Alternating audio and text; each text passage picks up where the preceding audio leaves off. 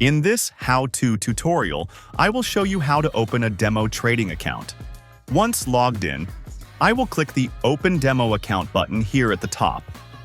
I will choose my trading platform and then click Continue. Next, I will choose my account type based on my trading style and preferences. Then I can choose my starting balance and then click Continue. On the final page, I will review the details and then click Continue to open the account. Your login details for your new trading account will be shown and also sent to you via email. I am now ready to log in and begin trading. Demo accounts are a great way to practice trading and developing your strategy before ever trading live capital.